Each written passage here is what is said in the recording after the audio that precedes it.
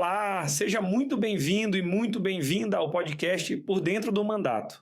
Este é um programa criado para quem quer saber um pouco mais sobre as proposições legislativas que eu, deputado federal Rubens Pereira Júnior, apresentei na Câmara dos Deputados. Toda semana, nossos apresentadores gerados por inteligência artificial vão falar sobre um projeto apresentado, mostrar como ele impacta na vida real das pessoas.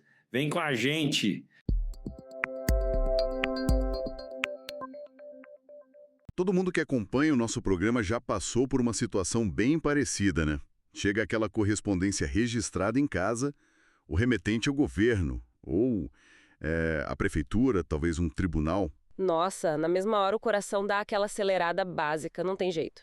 Exatamente. O envelope é aberto, os olhos passam pelo papel e a sensação é de estar tentando decifrar um feitiço numa língua antiga, sabe? Uma língua morta. Aparecem palavras tipo outro sim, jurisprudência pacificada, embargos declaratórios. E no final das contas, fica aquela dúvida angustiante. A pessoa se pergunta se acabou de ganhar um dinheiro que não esperava ou se está prestes a ser presa, né? Pois é uma brincadeira, claro, mas a frustração de ter em mãos um documento que é vital para a própria vida e não entender absolutamente nada é uma experiência muito real, muito universal. E o nosso objetivo no mergulho de hoje é justamente tentar entender como uma nova proposta no Brasil quer mudar esse cenário. Uma mudança bem radical, diga-se de passagem. Com certeza. Nós vamos desempacotar, analisar a fundo o projeto de lei 1494 de 2026. A autoria é do deputado Rubens Pereira Júnior. E a ideia central, assim, a missão desse projeto é decretar o fim do famoso juridiquês. Forçar tanto o governo quanto as empresas a usarem uma linguagem que as pessoas de fato consigam ler, né? Exato. E a base da nossa conversa de hoje é o texto original e a própria justificativa desse PL. O que chama muita atenção logo de cara, quando a gente lê a proposta e a justificativa, é que não é só um simples manual de estilo. Não é sobre escrever de um jeito mais bonitinho ou elegante. O texto trata a linguagem de uma forma muito mais profunda. Como assim? Ele trata como um instrumento de poder, sabe? Dependendo de como a administração pública ou até uma grande empresa usa as palavras, a linguagem deixa de ser uma ponte para os direitos de alguém e passa a ser um muro. Uma barreira mesmo? Uma verdadeira arma de exclusão. Então, a ideia central aqui é democratizar a compreensão legal. Porque, olha, não faz sentido nenhum garantir direitos lá na Constituição se na vida real a pessoa precisa contratar um tradutor para entender que tem esse direito. Certo, vamos aprofundar nisso, porque não estamos falando só de um incômodo ocasional de ler uma carta difícil. Os números são bem assustadores. Tem um dado do Conselho Nacional de Justiça, o CNJ, lá de setembro de 2025. Os dados dessa pesquisa são reveladores. Sim, a pesquisa diz que mais de 41% dos cidadãos brasileiros veem a linguagem jurídica como um problema direto. E, mais de 73% ficam completamente insatisfeitos ao interagir com o sistema de justiça. 73% é muita gente. É quase todo mundo. Agora, a gente junta isso com a realidade estrutural do nosso país, são cerca de 11 milhões de pessoas que não sabem ler e escrever, né? E outras dezenas de milhões com uma escolaridade mais baixa. A dimensão da coisa é colossal. Exato. Tentar resolver um problema com o Estado hoje é tipo sentar para jogar um jogo de tabuleiro, só que apenas uma das partes tem um manual de regras. E esse manual está escrito num dialeto que a outra parte não faz a menor ideia de como ler. Pois é, essa é a sensação. E essa imagem do jogo de tabuleiro funciona super bem. Mas o que é fascinante aqui, analisando o PL, é que ele vai além. Ele diagnostica o motivo pelo qual esse manual é tão inacessível. Ele aponta um culpado, digamos assim. De certa forma, sim. O documento argumenta que esse uso excessivo de latim, de construções passivas, de jargões, tudo isso quando claramente existem palavras comuns equivalentes no nosso idioma, isso não é só um vício cultural de advogados e juízes que querem parecer mais eruditos. Não é só vaidade, então. Não, é classificado no texto como um fator estrutural de assimetria de poder. Mesmo que não seja, claro, uma conspiração consciente de cada servidor público. Mas pensa no seguinte cenário. De um lado da mesa está a máquina do Estado com todo o peso dela. Ou então uma corporação gigantesca. Aham. Do outro lado, o consumidor comum. Tem um estudo da Unipar de 2025 que a gente viu que mostra empiricamente uma coisa triste. Quando as pessoas não entendem a linguagem de um processo em que elas mesmas estão envolvidas, elas perdem a capacidade de participar ativamente da própria defesa. Elas simplesmente travam, né? Exato. Elas abrem mão de recorrer. Elas aceitam acordos péssimos porque têm medo daquilo que não estão entendendo. Nossa, isso é muito sério. Então, a justificativa do PL diz que essa barreira linguística fere de morte o princípio do acesso à justiça. Eles chamam quase de uma inconstitucionalidade prática. Não adianta a porta do foro estar escancarada se tem um campo de força invisível na soleira, né? Mas aí a gente chega no ponto de atrito da nossa análise. A teoria é linda. Todo mundo quer clareza, mas como, na vida real, uma lei consegue forçar a simplicidade? Esse é o grande desafio. Por quê? Olha, o documento propõe uma mecânica muito específica que me pareceu bem audaciosa. A regra central lá é a obrigação de criar um resumo executivo. Sim, o famoso resumo de 250 palavras. Isso, um resumo de no máximo 250 palavras para os atos e para as decisões.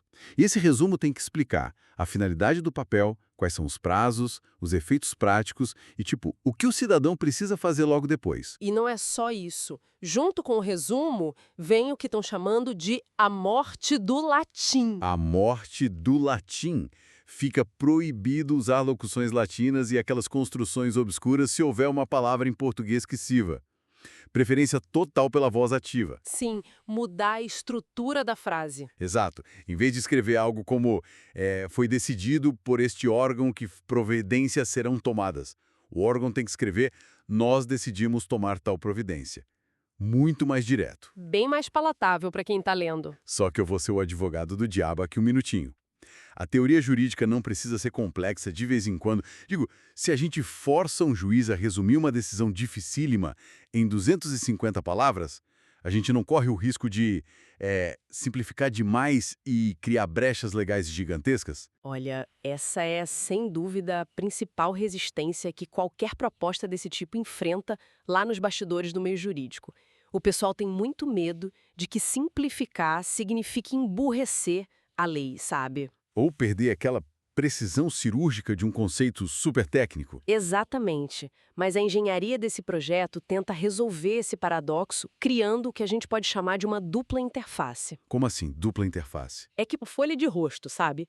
Pensa na diferença entre a interface visual do seu computador e o código de programação que roda lá por trás. Boa analogia. O código precisa ser complexo, precisa ser cheio de variáveis técnicas para a máquina não travar. Mas quem está usando o computador no dia a dia só precisa ver a pasta na tela e o botão de clicar. A gente não precisa ler código binário para mandar um e-mail. Exato. E o projeto quer obrigar o Estado a fornecer essa interface clicável, digamos assim. O jargão necessário para os operadores do direito sobrevive, mas ele perde a função de servir como uma desculpa para deixar o cidadão comum no escuro sobre o que está acontecendo com a própria vida dele. Entendi a lógica perfeitamente. Mas me tira uma dúvida prática, pensando num atrito do dia a dia. Digamos que tem um erro. Um erro no resumo. Isso, o juiz vai lá, faz a sentença gigante de 50 páginas e ela está impecável tecnicamente.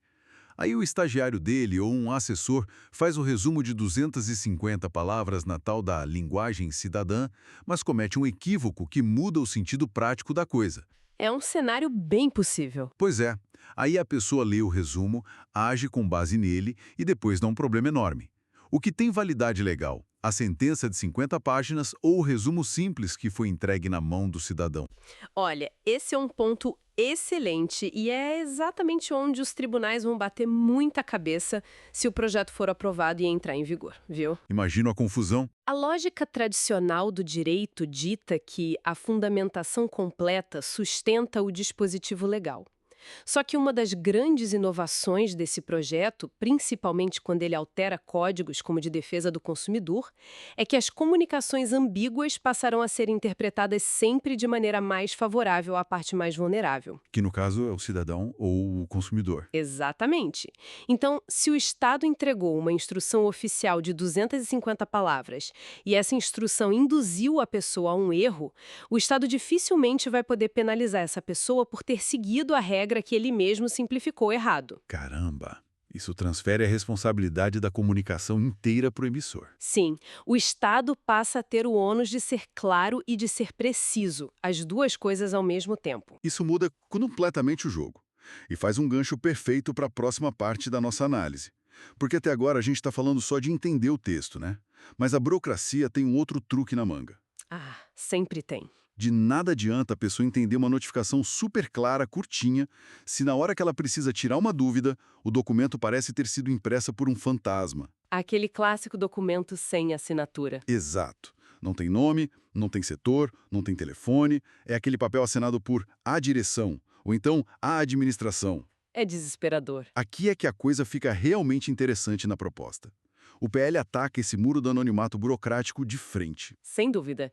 E eu diria que esse é um dos aspectos mais transformadores do texto. A nova regra exige a identificação completa do agente responsável em todos os atos decisórios. Tem que ter nome, cargo e um contato institucional. Hoje, tentar resolver algo com a burocracia é tipo tentar falar com uma parede de concreto cinza, sem portas e sem janelas. A sensação é de impotência total, né? Total. E esse projeto não só obriga o Estado a desenhar uma porta nessa parede, como ele manda colar um crachá com o nome do porteiro bem no meio dela. E a coisa não para por aí. Cria-se o direito explícito de qualquer pessoa pedir esclarecimentos sobre o texto. E o órgão tem prazo para responder, né? É em prazo. 15 dias úteis para responder a dúvida do cidadão. E, detalhe, tem que responder de forma simples, de novo. Olha, isso é a quebra de um paradigma cultural fortíssimo no nosso serviço público.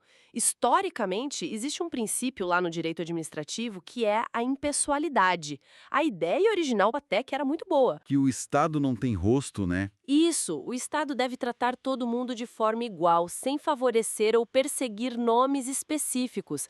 A ação é do Estado, não do servidor João ou da servidora Maria.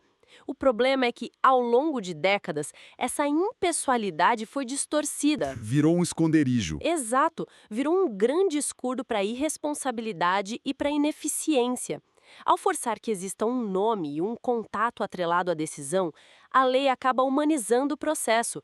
Ela diz o seguinte: alguém redigiu isso, logo, alguém é responsável por essa etapa. Faz todo sentido. Mas vem cá, pensa na prática. 15 dias úteis para responder uma dúvida. Conhecendo a velocidade média de alguns órgãos públicos aqui no Brasil, onde um carimbo pode levar meses para sair, isso não vai travar o sistema inteiro? É uma ótima pergunta. E o que acontece se o tal do agente responsável simplesmente ignorar o pedido, ou cruzar os braços e se recusar a fazer o resumo sem os jargões? A preocupação de travar a máquina é super legítima, e o texto tenta equilibrar isso justamente na parte das sanções. A abordagem do projeto é bem pragmática nesse ponto. Tem punição para o servidor? Tem. Se um servidor se recusar a aplicar as regras, ou omitir o próprio nome, ou não fornecer o resumo na linguagem clara, ele está sujeito a uma advertência. Depois, há uma anotação na ficha funcional dele, o que é grave porque trava promoções de carreira e até multas simbólicas. Certo.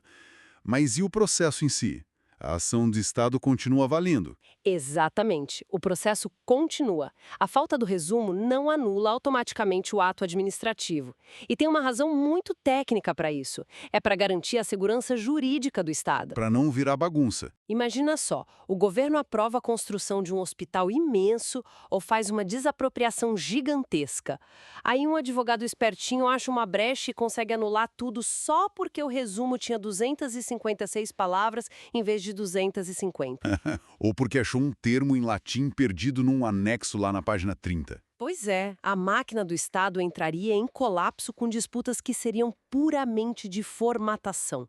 O foco da lei não é destruir o andamento da sociedade anulando os atos. O foco da sanção é mudar o comportamento interno. É punir o servidor recalcitrante. É punir quem resiste à transparência. Entendi. Tem exceções para essa clareza toda? Claro, a lei abre algumas exceções bem óbvias. Casos envolvendo sigilo de segurança de Estado ou dados sensíveis protegidos pela Lei Geral de Proteção de Dados, a LGPD. Esses vão ter regras próprias de ocultação, naturalmente. Ok. Então pune-se o mau comportamento do burocrata, mas o hospital continua sendo construído. É inteligente. Agora, dando um passo além. Se o Estado está se forçando a ser transparente dessa forma, não faria o menor sentido deixar a iniciativa privada continuar agindo como bem entende, né? Com certeza não. Quando a gente lê no projeto as propostas de alteração no Código de Defesa do Consumidor, o CDC, e também no Código de Processo Civil, fica muito claro que o impacto financeiro dessa lei no dia a dia das pessoas é imenso. Olha, o impacto na vida privada é de fato a parte que vai ser sentida mais rapidamente nas ruas. Vamos pensar numa situação super comum. A pessoa vai baixar um aplicativo novo no celular. Aí aparece aquele oceano de texto cinza com letra minúscula, os famigerados termos de uso. O que todo mundo faz? Rola a tela até o infinito e clique em aceito. Clique em aceito sem ler uma única linha. Ou então, quando a gente senta para assinar um contrato de plano de saúde ou de internet, são 30 páginas de cláusulas impenetráveis. Esse projeto de lei quer atacar exatamente isso, não é? Exatamente isso. Esses contratos de adesão vão passar a exigir aquele mesmo resumo executivo de 250 palavras e logo na primeira página com destaque absoluto. O cidadão precisa saber o que está comprando e quais são as pegadinhas antes de botar a assinatura no papel. E tem mais. Se a empresa tentar ser ardilosa usando termos difíceis para esconder uma tarifa extra, a regra é clara. Na dúvida, a interpretação da justiça vai ser sempre a favor do consumidor. Isso levanta uma discussão gigante sobre o custo real da complexidade para a nossa economia, né? Ah, sem dúvida. Tem muita gente que pode olhar para essa exigência das 250 palavras como um novo fardo burocrático para as empresas. Vão dizer, mais uma regra do governo para atrasar os negócios. Mas não é bem assim. A lógica econômica por trás disso é justamente a oposta. A falta de clareza gera um efeito cascata que sangra bilhões de reais todos os anos no Brasil. Se a gente for hoje num juizado especial cível, as antigas pequenas causas, ou num PROCON da vida, a gente vai ver que eles estão abarrotados. Lotados de processos. E muitas vezes, olha que loucura, não há uma fraude propriamente dita ou má-fé da empresa desde o início. O litígio nasce pura e simplesmente porque o consumidor assinou um serviço que não entendeu. A empresa cobrou uma taxa que não soube explicar com clareza. E os dois acabam na frente de um juiz. Perdendo o tempo e o dinheiro de todo mundo. O dinheiro do Estado, inclusive. Quer dizer, o juridiquês corporativo está entupindo as artérias do judiciário. Perfeitamente. A simplificação prévia é, na verdade, uma medida de prevenção de conflitos e de eficiência econômica. E a gente nem precisa ficar só na teoria para provar isso. O projeto cita exemplos de fora, né? Sim, a justificativa do projeto traz exemplos internacionais bem robustos. O mais famoso deles é o Plain Writing Act, a Lei da Escrita Clara, que foi aprovada lá nos Estados Unidos em 2010. E como foi a implementação disso lá fora? Tiveram as mesmas resistências que a gente está imaginando que vai ter aqui? Tiveram, e foram muitas.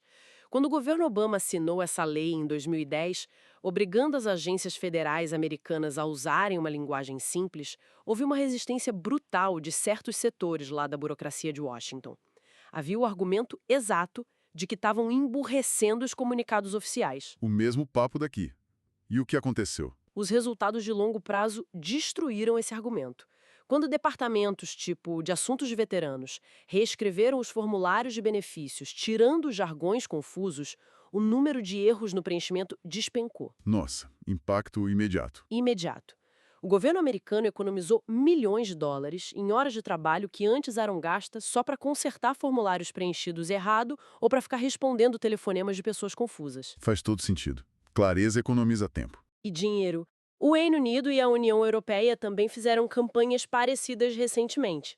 E o volume de processos judiciais originados puramente por causa de cláusulas ambíguas diminuiu drasticamente. Quando você simplifica o combinado, o conflito simplesmente não acontece. Isso mostra que a clareza dá lucro. Ou, no mínimo, corta um prejuízo gigante por país. Mas aí vem a grande questão que sempre assombra qualquer debate sobre leis no Brasil. Será que essa lei pega? A famosa pergunta. Pois é. Temos um histórico bem longo de legislações maravilhosas no papel, mas que viram letra morta porque os municípios não têm dinheiro ou não têm estrutura de TI para implementar. Mas o projeto traz um cronograma que parece tentar contornar isso, não é? Sim, o governo federal teria 12 meses para se adequar e começar a entregar esses resumos e contatos. Já para os estados e municípios, a régua é um pouco mais flexível. Eles teriam de 24 a 36 meses. Entendi. Dá um respiro para os menores. Esse escalonamento de prazos é uma prova de maturidade do projeto legislativo, sabe? Porque a assimetria que existe entre o cidadão e o Estado também existe dentro do próprio Estado brasileiro. Como assim? A estrutura de tecnologia e de comunicação de um ministério poderoso lá em Brasília não pode ser comparada à realidade de uma pequena prefeitura no interior do Norte ou do Nordeste. Ah, sim, são realidades completamente diferentes. Exigir que uma prefeitura com recursos super limitados reformule toda a sua comunicação da noite para o dia seria, assim, a receita perfeita para a lei virar letra morta. Ia falhar no primeiro mês. Com certeza. Então, ao estender o prazo para até 36 meses para instâncias menores e prever no próprio texto o incentivo ao uso de ferramentas de código aberto e suporte técnico gratuito por parte da União, o projeto se mostra viável no mundo real. Certo. Olhando para trás, na nossa conversa de hoje, acho que a gente conseguiu desenhar um quadro bem completo da ambição desse projeto de lei. Nós começamos entendendo como a linguagem complexa deixou de ser tratada como uma tradição inocente para ser reconhecida como uma barreira que impede milhões de pessoas de acessarem seus direitos básicos. Uma simetria de poder real. Aham, o problema na sua raiz. Depois, a gente explorou a mecânica da coisa. Como essa obrigação de criar uma camada cidadã de 250 palavras, sem o uso do latim e da voz passiva, tenta equilibrar a necessidade de rigor técnico do juiz com a urgência de clareza do cidadão comum. Sem contar a tentativa de implodir a cultura no anonimato burocrático, que, olha, é tão arraigada no nosso país. Exigir que um documento tenha nome, cargo e um canal direto e rápido para esclarecimentos é forçar uma responsabilização que hoje se dilui, né? Se perde totalmente nos corredores do poder público. Exato. E, por fim, vimos como essa clareza não vai ficar restrita às cartas com o brasão da República. Se a lei for aprovada, a internet, os bancos, os planos de saúde, os aplicativos, todos vão ter que entregar esses resumos na largada, na primeira página dos contratos de adesão. A ideia é secar a fonte dos litígios lá nos juizados especiais, usando o que já funcionou nos Estados Unidos e na Europa. E a pergunta que fica para quem está acompanhando a gente é: por que todo mundo deveria se importar com o avanço desse projeto lá no Congresso? Porque todos nós somos inevitavelmente afetados por essas relações. Não importa qual é a sua área de atuação, o tamanho da sua conta bancária, ou se a pessoa tem 1 ou 3 diplomas de ensino superior. Em algum momento crítico da vida, o cidadão vai precisar recorrer de uma multa de trânsito injusta, ou vai ter que assinar o financiamento da casa própria, responder uma notificação fiscal ou acionar o seguro. Todo mundo esbarra no Estado ou nos contratos, uma hora. Inevitável. A premissa de toda a nossa organização social depende de regras. E a lição desse material que a gente destrinchou hoje é muito clara. O acesso à informação transparente não pode ser visto como uma gentileza que o Estado faz ao cidadão. Compreender o que está acontecendo com a própria vida é o pré-requisito número 1 para a cidadania. Ninguém consegue jogar um jogo onde as regras estão escondidas. Exatamente. Se o Estado exige obediência, ele tem o dever moral e legal de se fazer entender. E quando as instituições começam a falar de igual para igual com a população, olha, o nível de confiança na justiça sobe consideravelmente. É devolução de um controle mínimo para as mãos de quem de fato deveria tê-lo. E para fechar nossa troca de ideias de hoje, eu queria deixar uma reflexão para todo mundo que está ouvindo. Uma provocação para o final. Isso. Vamos voltar lá no comecinho da conversa, a imagem de receber aquela carta intimidadora do governo. O projeto de lei quer obrigar que o documento já chegue traduzido em um resumo de até 250 palavras. A intenção é puramente humana e democrática, claro, mas nós estamos bem no meio de uma revolução tecnológica sem precedentes com a inteligência artificial. É verdade, o timing é bem interessante. Pois é, se a lei for aprovada, imaginem a carga de trabalho. O Estado e as grandes corporações vão precisar processar e resumir milhares, se não milhões, de decisões e contratos todos os dias. Considerando esse volume, parece quase inevitável que, em pouquíssimo tempo, eles comecem a delegar essa tradução do juridiquês para as máquinas, para as inteligências artificiais generativas. O que faz sentido do ponto de vista de eficiência, né? Faz. Mas aí vem a provocação. Se nós deixarmos a inteligência artificial assumir o papel de grande intérprete oficial entre a burocracia e o cidadão, será que nós estamos vivendo o momento máximo da democratização do conhecimento? Ou será que a gente vai acabar criando, sem perceber, uma dependência tecnológica super perigosa só para conseguirmos entender os nossos próprios direitos? Uma ótima reflexão. quem é que audita o resumo feito pela máquina? Não é? Exatamente. Quem audita a máquina? É algo bem profundo para se pensar enquanto a gente aguarda o desenrolar dessa proposta lá em Brasília. O nosso mergulho fica por aqui. Muito obrigado pela companhia e até a próxima. Obrigado por escutar este episódio. Compartilhe com seus amigos e familiares e também nos siga nas redes sociais pelo @RubensPereiraJúnior com JR no final para ficar por dentro do nosso mandato. Até a próxima!